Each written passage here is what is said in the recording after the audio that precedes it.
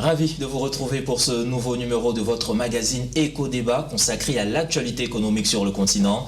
L'inflation galopante, la cherté de la vie pousse nombre de personnes à cumuler plusieurs activités génératrices de revenus. Certains salariés sont même tentés de se lancer dans l'entrepreneuriat.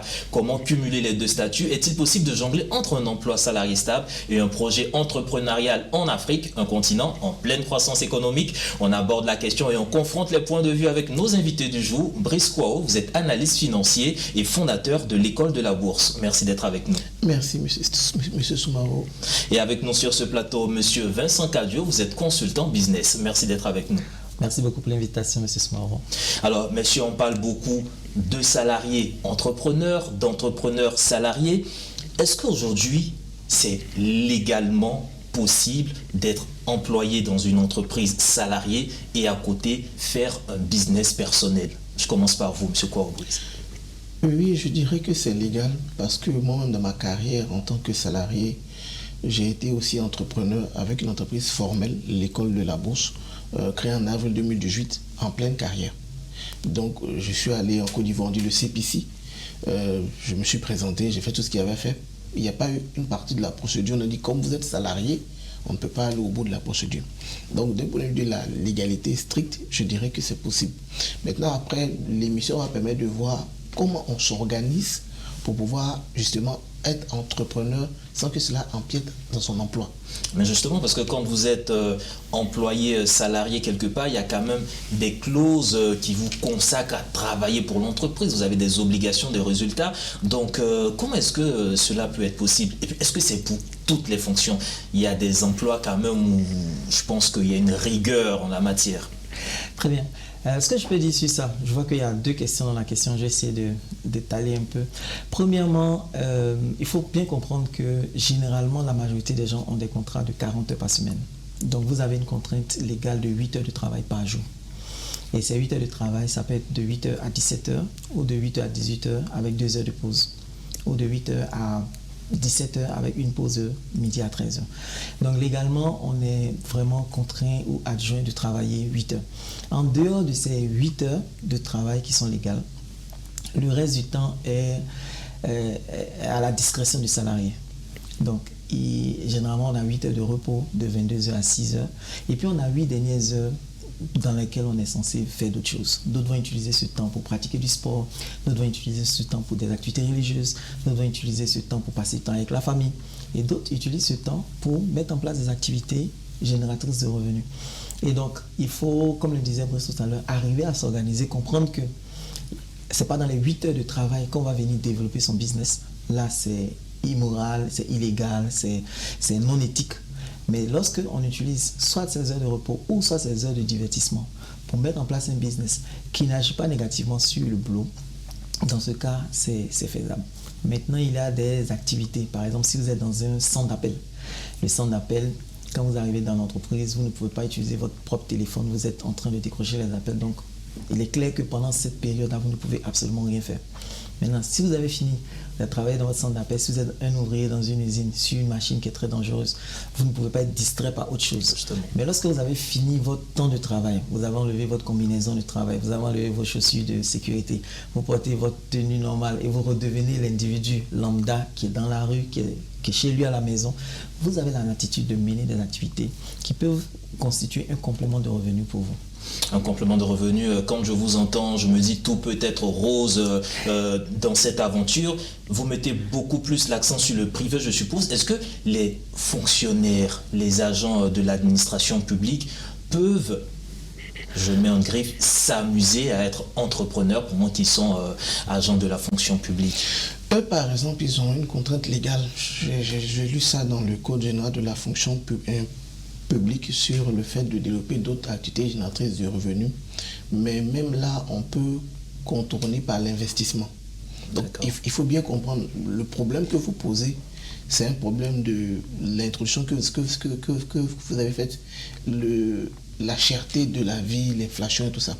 Donc, pour résoudre cette question, il y a deux solutions. Il y a salarié, entrepreneur, salarié, investisseur. Donc l'éducation financière permet de présenter les deux éléments.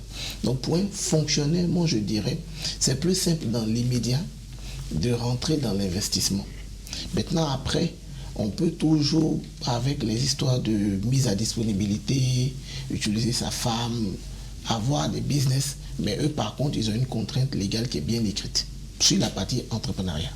D'accord. Alors, dans l'introduction, hein, les arguments que j'ai trouvés ça et là, c'était la cherté de la vie, la difficulté à joindre les deux bouts. Mais est-ce que ce sont ces seuls arguments qui justifient aujourd'hui que des personnes salariées se lancent dans l'entrepreneuriat? Est-ce qu'il n'y a pas d'autres motivations? Je crois qu'il faut bien comprendre qu'il y a plusieurs sources de revenus. On parle souvent de 7 sources de revenus.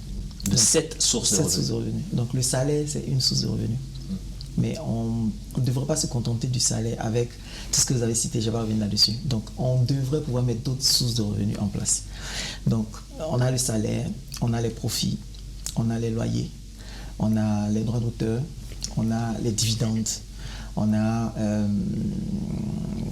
les, comment on appelle ça, les droits d'auteur, bon je pense que j'en ai parlé. Bref, on a 7 sources de revenus. Donc aujourd'hui, se contenter exclusivement de dire on veut vivre juste avec du salaire, c'est soi-même risqué. En termes de quelqu'un qui est intelligent financièrement, c'est avoir tous ses œufs dans un seul sac. Ce n'est pas la bonne chose à faire. On a un salaire, on arrive à épargner. Si on épargne, l'épargne va générer des intérêts. C'est une autre source de revenus. Donc cette épargne peut se faire à la banque, donc ça va générer des intérêts. Ou alors cette épargne peut être investie intelligemment dans des véhicules financiers comme la bourse ou l'immobilier. Donc c'est au-delà de la cherté de la vie, etc. C'est être financièrement bien éduqué que d'avoir plusieurs sources de revenus et non d'avoir une seule source de revenus, parce que ça c'est vraiment très dangereux.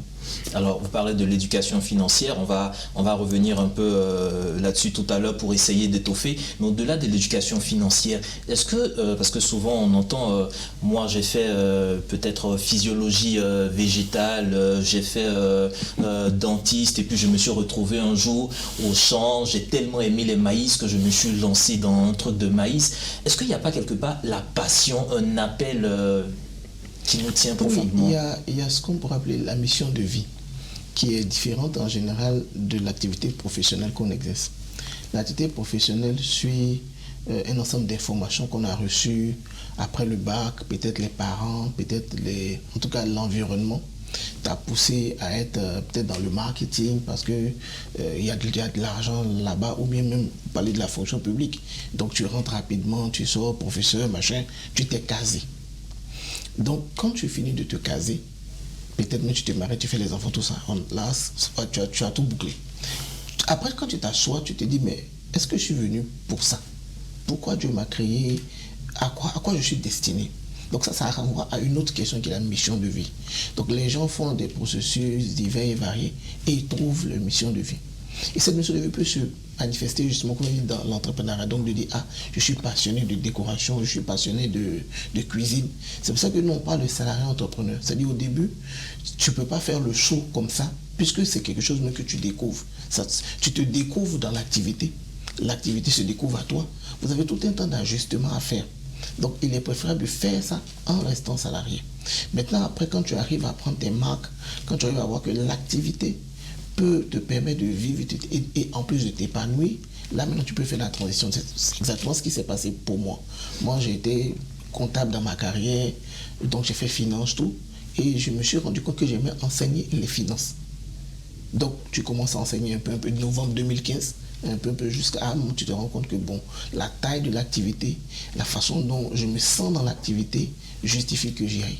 Donc oui, ce sont des choses qui sont, malheureusement, c'est pas de la finance, c'est pas des chiffres, mais tout le monde, quand on dit mission de vie, tout le monde comprend que des fois ça existe là. Et mon activité professionnelle, elle est ici. Et justement, quand vous entrez dans une telle dynamique, qu'est-ce que votre employeur pense? Qu'est-ce que votre employeur dit? Est-ce que ça ne perturbe pas votre emploi normal? Non. Moi, j'ai eu toute une carrière où j'ai jamais eu une seule fois où on m'a convoqué la hiérarchie pour dire mais tu as fait l'émission télé, tu as fait... J'ai pas eu ça. Lui aussi va partager son expérience. Tu as un travail, tu as des KPI, tu as ce que tu dois délivrer. Tu finis de délivrer, tu rentres chez toi. Comme il dit, on voit des salariés être leaders religieux, leaders politiques, être chantres. Je pense que c'est injuste de taper juste sur les salariés qui entreprennent. Alors qu'en valeur absolue, tous les salariés font autre chose quand ils quittent l'emploi. Et il n'y a pas un employeur qui a convoqué un salarié pour dire « Hier, tu chantais à l'église là, Ça ne devrait pas se faire, ça ne se fait pas. Donc on devrait être cohérent sur toute la ligne. Mais après, il y a un tableau de bord aussi quand tu as un travail que tu dois délivrer. Donc moi, j'ai pu correctement faire 14 ans de carrière et puis faire une transition tranquille. Il n'y a pas eu trop de perturbations.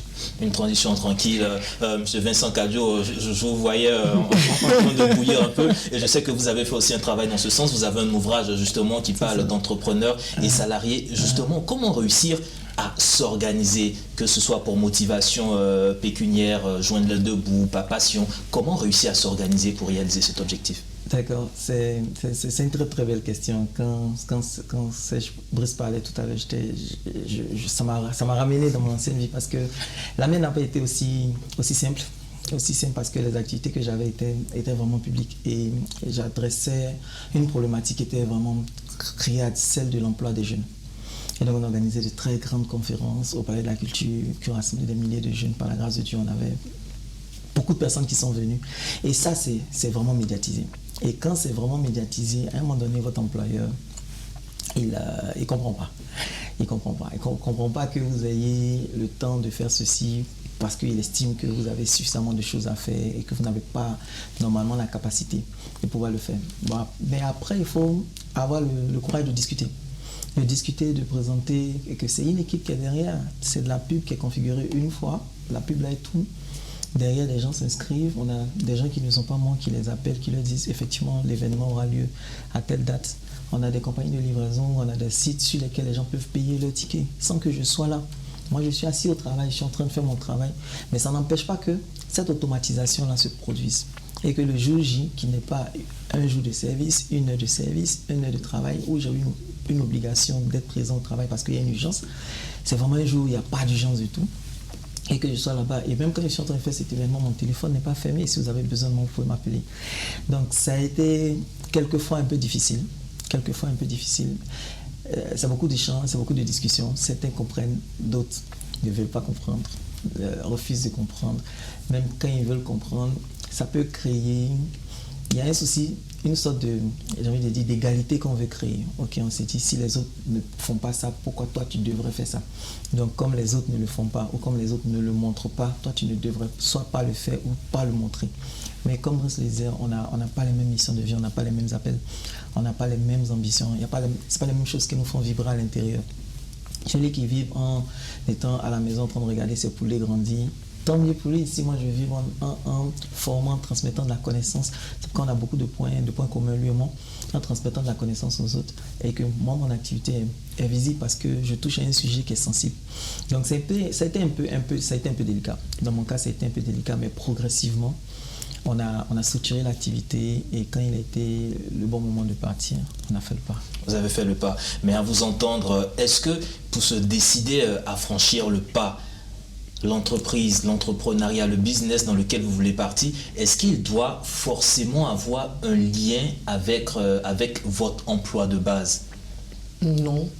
En fait, dans mon cas, bon, il y a beaucoup d'ouvrages qui parlent de ça. Idéalement, il faudrait que l'activité puisse couvrir vos besoins de sorte que vous n'ayez pas... Parce que souvent quand on parle d'entrepreneuriat, les gens ont l'impression que c'est un saut dans le vide, tu as quelques années de disette. Moi, j'ai eu aucune année de disette. Quand j'ai fait ma transition, l'école de la bourse était en capacité de me payer le même salaire, voire un peu plus que ce que je recevais.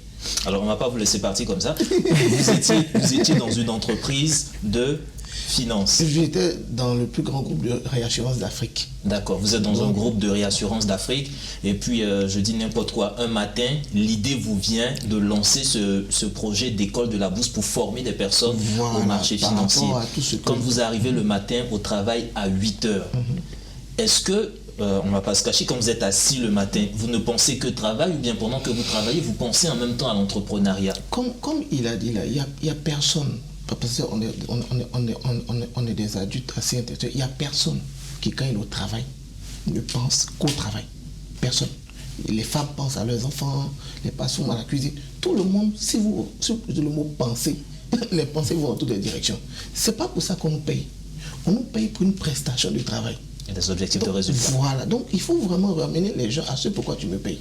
Tu ne me payes pas pour penser à ton entreprise. Tu me payes pour délivrer des choses. Moi, je suis comptable. Ce que je dois délivrer là, quand même, si je ne le délivre pas, tu vas savoir que je n'ai pas délivré. Et quand vous arrivez à délivrer ce travail, comment vous arrivez à intégrer votre projet de business au cours de la journée? Comment vous... Comme il a dit, aujourd'hui, l'avantage qu'on a avec les réseaux sociaux, c'est que tu peux produire ton contenu. Bon, je produisais mes contenus la nuit. Donc, j'ai eu beaucoup de partenariats avec des médias sur des articles. Donc, c'est la nuit que j'écrivais. Donc, tu envoies quand c'est des médias qui doivent publier, eux, ils publient à l'heure qu'ils veulent. Quand c'est sur Facebook, tu fais les publications programmées et ça construit une audience. Donc, aujourd'hui, l'école a bossé une audience qui a été construite par des contenus qui ont été produits hors des horaires. Maintenant, comme il dit, quand tu viens de produire les contenus créent du trafic. Ce trafic-là, peut-être à votre décharge, la première année, en 2016, c'est moi qui gérais le trafic. Donc effectivement, tu laisses le téléphone, tu laisses savoir, tu réponds au message. On a tous fait ces erreurs-là au début. Mais après, on recrute. Donc moi, ma première recrute, c'est novembre 2016. Aujourd'hui, l'école a bossé une dizaine de personnes. Donc depuis novembre 2016, effectivement, quand tu finis de poster l'article, tout ce qui va se passer dans la journée, comme interaction, comme engagement, c'est quelqu'un d'autre qui gère ça. C'est quelqu'un d'autre qui inscrit les gens. Et la prestation maintenant de formation, elle a lieu samedi, une fois par mois. Et la prestation de coaching, elle a lieu dimanche dans l'après-midi. Donc comme il a dit, jusqu'aujourd'hui, dimanche 17h-19h, c'est l'horaire de coaching de l'école de la Bourse. C'est une séance sur Telegram. C'est ce même temps-là où vous trouvez les matchs de Premier League. On a fait notre coaching, il y avait la finale de la Super Coupe d'Espagne. Donc c'est de ça qu'il s'agit. Aujourd'hui, les gens ont le temps.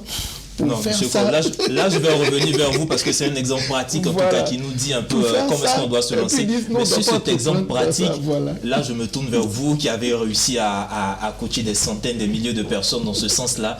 Il travaille le dimanche, il travaille le samedi pour son projet, il travaille même la nuit. Où est-ce que vous mettez la valeur personnelle? Où est-ce que vous mettez la famille dans ce schéma? Très bien. Moi, dans mon cas, j'avais deux options. La première option, c'était d'essayer de trouver une vie professionnelle et ensuite une vie familiale et en fait une vie des affaires ou alors arriver à merger les trois. Okay? Et moi, ce que moi j'ai choisi, c'était la vie professionnelle. Moi, j'étais sur des affaires très, très stratégiques, donc je ne pouvais pas mêler ma famille là-dedans. Mais la vie familiale et la vie du business, je les ai mergées. Donc, celle qui est aujourd'hui mon épouse, quand il s'agit de passer du temps ensemble. On passe du temps ensemble, on peut être en train de parler d'autres choses de la vie, comme on peut être en train de parler du business. Et donc, elle est à l'intérieur du business. Lorsqu'il y a des challenges sur le business, elle est à l'intérieur, elle est en train de gérer. Lorsqu'il y a des succès, elle célèbre ces succès-là avec nous. Donc, c'est comme si le business est rentré dans notre quotidien. On n'a pas eu besoin de dire, bon, maintenant ça c'est l'heure de la famille, après ça c'est l'heure du business. On a trouvé le moyen de créer cette synergie-là. C'est des centres d'intérêt que nous avons commencé à partager qui ont fait que finalement on vit ensemble. Ok, voilà, pour la petite histoire, j'étais très surpris. Un matin, mon fils a dit, il a fait une vidéo, il dit, je connais le secret de papa. Je dis, ah, c'est quoi le secret de papa? Il dit, le secret de papa, c'est le marketing. Ok. Après, je le vois, un jour, il fait comme ça. Je m'appelle Vincent Cadio, de temps en temps, je suis expert marketing. Parce que justement, quand je commence mes vidéos, il me voit dire bonjour, je suis Vincent Cadio, expert marketing. Donc finalement, il a compris. Et donc, il apprend à parler, il apprend à s'exprimer en regardant papa en train de faire les choses. Donc, ils ne sont pas très loin du business. Bien sûr, on doit avoir de la séparation. Quand c'est le moment de travailler sur le business, on travaille sur le business. Mais il faut trouver cette synergie-là. Cette synergie que d'autres trouvent, comme Brice le disait encore, en allant à la plage, ensemble. En allant regarder un match de foot, en allant à l'église, en allant visiter les parents, etc., etc. On décide que ça, on le fait ensemble. Donc, de la même façon qu'on a le temps, on va visiter les parents. Quand on finit de visiter les parents, il y a une problématique du business, on fait ça ensemble. Et donc, ça rentre dans notre vie. Je crois que le grand challenge que les gens ont, c'est qu'ils essaient de séparer ces vies-là en voulant faire des choses très, très différentes. Mais vous êtes le même individu. Le vrai secret, c'est la discipline. Le vrai secret, la discipline, c'est aussi votre cas. Comment est-ce que vous arrivez à gérer, vous, si vous avez intégré la famille à votre business? Oui, moi, quand je parlais de produit des contenus, c'est ma femme jusqu'aujourd'hui qui corrige les contenus. Donc, quand j'écris un article, c'est elle, si ce n'est pas disponible, c'est ma secrétaire, mais ton travail, c'est de produire le contenu. Ta femme, ton assistante corrige. Et puis même après, on leur donne les droits pour publier. Donc, imaginez-vous si ton travail consiste juste à produire du contenu. Est-ce que ça peut empêcher quelqu'un de travailler? Vous avez fait 3-4 articles, surtout nous on ne faisait pas les vidéos avant, on écrivait. Tu écris 3-4 articles, c'est fini. Donc c'est vraiment, et quand tu mets ta femme dans le processus, comme il a dit, vous vous retrouvez à avoir du temps. Finalement, beaucoup de temps, puisque c'est le temps du business qu'elle a récupéré. Et puis, il n'a pas ce sentiment-là que mon mari m'a délaissé pour les affaires. Parce qu'il fait les affaires avec toi progressivement. Il y a un de mes contacts même qui, tout à l'heure quand je parlais de redirection de trafic, là, c'est sa femme même qui est là, comme un peu comme mon assistante, c'est sa femme même qui est dans cette partie-là. Donc, elle a démissionné pour ça. Donc, je ne sais pas si vous voyez, c'est vraiment comment je place mon conjoint ou ma conjointe dans une organisation qui va finalement lui rapporter de l'argent. Donc, si je vous entends bien, si je vous comprends bien, messieurs, l'entourage proche est très important pour amorcer ce virage. En plus de cette importance de l'entourage, vous avez évoqué quelque chose tout à l'heure, l'éducation aux finances. Est-ce que ça, c'est parce que ça manque aujourd'hui qu'on voit beaucoup d'échecs dans certaines personnes qui veulent se lancer dans l'entrepreneuriat tout en étant salariés ou bien même simples? Est-ce que cette éducation financière manque encore au niveau de l'Afrique de l'Ouest? Oui, c'est la clé. C'est comme si, je dirais, monsieur Small, est-ce que vous accepteriez de donner les clés d'un véhicule à votre enfant de 9 ans qui n'a jamais pris de cours de conduite? L'accident est inévitable. Est-ce que si en plein vol, le pilote choisit un passager et lui dit, bon, ok, vous allez faire l'atterrissage, c'est inévitable qu'il y aura un crash. Si vous allez à l'hôpital et c'est quelqu'un qui n'a pris aucun cours de médecine, il ne sait rien de l'anatomie, on lui demande, lui, de vous opérer, c'est sûr que le taux de décès serait monstrueux. C'est pareil avec l'entrepreneuriat. Pourquoi subitement, lorsqu'il s'agit d'entreprendre, on estime que non, on peut se lancer comme ça et on peut le faire, alors que dans rien d'autre sur la Terre, on ne se lance comme ça sans formation préalable. Donc je crois que le taux d'échec que nous avons aujourd'hui est simplement dû au fait que beaucoup de gens, ou la grande majorité des gens ne sont pas préparés. Parce que ce n'est pas le fait, c'est deux compétences totalement différentes. La compétence d'économiser de l'argent, d'épargner de l'argent, de gagner de l'argent. Ce n'est pas parce que j'ai réussi à épargner 3 millions, 5 millions, 10 millions, que ça me rend automatiquement capable de lancer un business et de le gérer, de le faire réussir. Arriver à épargner de l'argent, garder de l'argent, c'est une compétence. Arriver à lancer un business et le gérer et le faire réussir, c'est une autre compétence totalement à part. Donc aujourd'hui, beaucoup de personnes se disent que parce que j'arrive à épargner de l'argent, automatiquement, j'ai la capacité de lancer un business.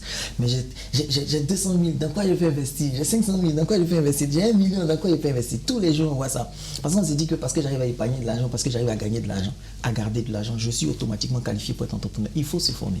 Alors c'est un peu l'une des choses qu'on entend très souvent, dès que quelqu'un a un certain capital, il commence automatiquement à réfléchir comment je peux faire fructifier cet argent, comment je peux générer de nouveaux bénéfices. Vous, quels conseils vous pourrez donner aujourd'hui à la jeunesse ou à ceux qui veulent véritablement se lancer dans l'entrepreneuriat tout en étant salarié? Et puis je précise qu'on a abordé la question sous le volet salarié qui veut devenir entrepreneur, mais on a aussi, je suppose, des entrepreneurs qui finissent par devenir salariés.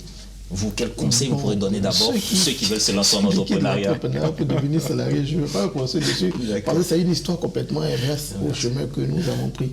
Mais déjà, pour ceux qui veulent se lancer, c'est vraiment, comme Vincent l'a dit là, deux compétences. La compétence de gestion du temps. Donc, dans l'immédiat, je trouve une idée qui est intéressante, je ne peux pas démissionner. Donc, je gère mon temps pour être capable de délivrer la prestation. Et non être en train de réfléchir. Non, la prestation qu'on attend de moi, je la délivre dans les temps convenus. Puis je rentre chez moi. Et le lieu de regarder justement la finale de la Super Coupe d'Espagne, je prends ce temps-là pour travailler sur un business. Maintenant, deuxième compétence, comprendre les types de business compatibles avec le salariat. Parce que justement, tous les business ne le sont pas.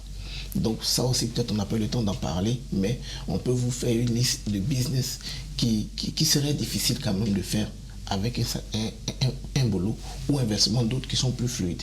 Donc quand ça, on a ça, on peut maintenant se lancer.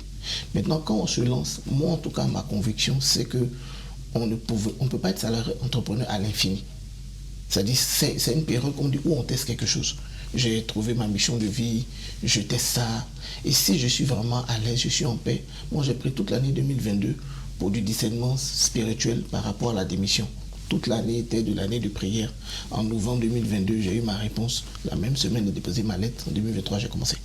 Donc, le but, ce n'est pas d'être salarié entrepreneur à l'infini. C'est de pousser. Et quand tu as suffisamment de réponses sur ta mission de vie, notamment les réponses financières, parce que je peux en vivre quand même. Bien sûr. Je dis, bon, comme ça passe. Le Seigneur, qu'est-ce que tu en penses? Ok, je suis ok. Tu fais ta transition. Donc peut-être que les gens ne doivent pas voir ça quelque chose qui s'oppose indéfiniment, mais comme quelque chose qui permet de faire une transition plus réussie. Une transition plus réussie. Je vais me tourner vers vous, M. Vincent Cadieux. Ça sera peut-être le mot de la fin, mais je vais revenir aussi sur une information que vous avez partagée, les 7 sources de revenus pour quelqu'un qui est salarié, qui veut se lancer dans l'entrepreneuriat. Quelles sont les sources de revenus prioritaires qu'il doit, en grec, les sources de revenus qu'il doit prioriser pour pouvoir lancer son business? Très bien.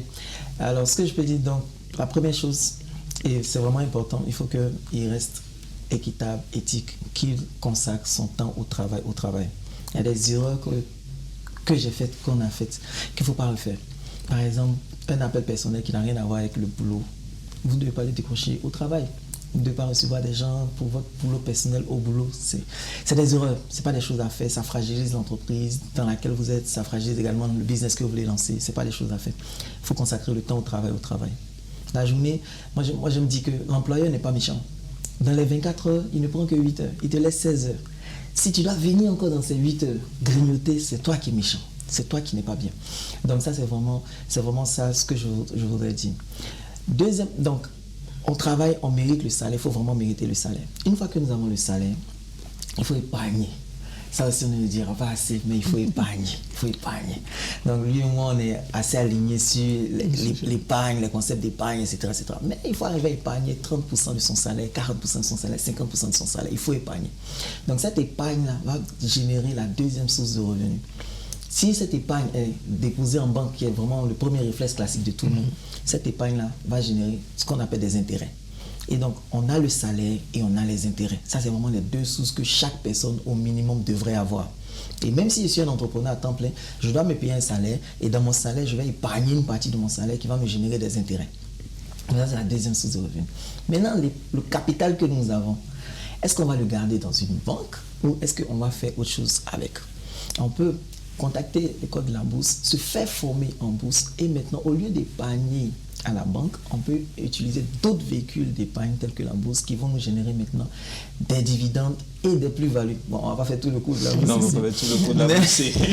Mais ça fait déjà des sources de revenus. Ou alors je dis, bon ok, je vais prendre le capital que j'ai, je vais l'investir dans un bien que je vais mettre en location. Ça peut être un bien immobilier en location ou un véhicule ou des ustensiles. Les gens se marient tous les jours, ils ont besoin de plein de choses. On met ça en location, ça génère des sources de revenus.